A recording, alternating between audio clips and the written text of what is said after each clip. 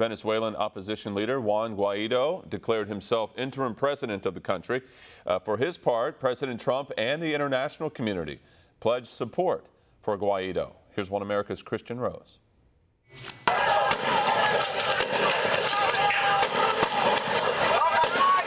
The people of Venezuela appear to have had enough.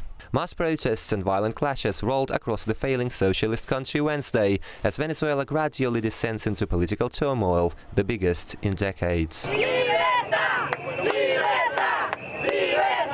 Earlier on Wednesday, Venezuelan opposition leader Juan Guaido declared himself interim president after refusing to recognize a recent re-election of President Nicolas Maduro. I swear to assume all the powers of the national executive as the interim president of Venezuela, to secure an end of the usurpation and a treasonous government, and to have free elections.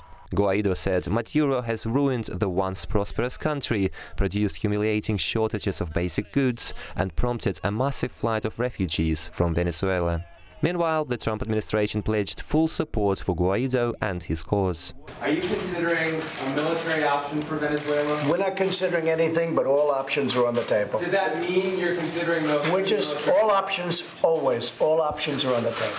For his part, Maduro is on the defensive, accusing what he calls American imperialism of trying to undermine Venezuela's sovereignty. The far-left leader rallied the troops against his citizens, but some are reportedly refusing to shoot, although the Venezuelan military don't recognize Guaido as president either. In the meantime, Maduro broke diplomatic ties with the US. To sign the diplomatic note, giving the entire diplomatic and consular personnel of the United States of America in Venezuela 72 hours to leave the country, signed in the name of the people of Venezuela. While barricades are built on the streets of Caracas, the international community is watching closely, and its sympathies aren't with Maduro. A group of Latin American presidents addressed the matter again, speaking on the sidelines of the World Economic Forum in Davos. The message is clear: Maduro must go. President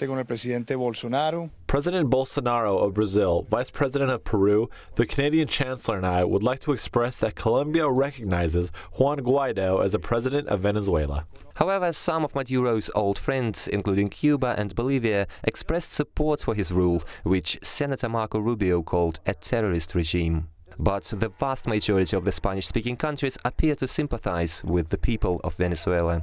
Street demonstrations erupted in Spain, with participants saying socialism and authoritarian rule only bring dehumanizing poverty and political repressions, with nothing in return. Today we are celebrating because Juan Guaido is the interim president, and it's a way to demonstrate peacefully to start a new democracy, free and safe, and have the peace that we so much desire in Venezuela. Amid the ongoing clashes in Venezuela, the US has offered safety to Maduro if he leaves the country with no bloodshed. As night descends on Caracas, Maduro's next steps remain unclear. Kristian, Rouz, One American News.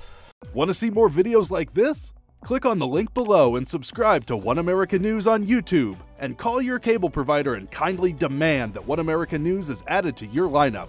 Call and subscribe today.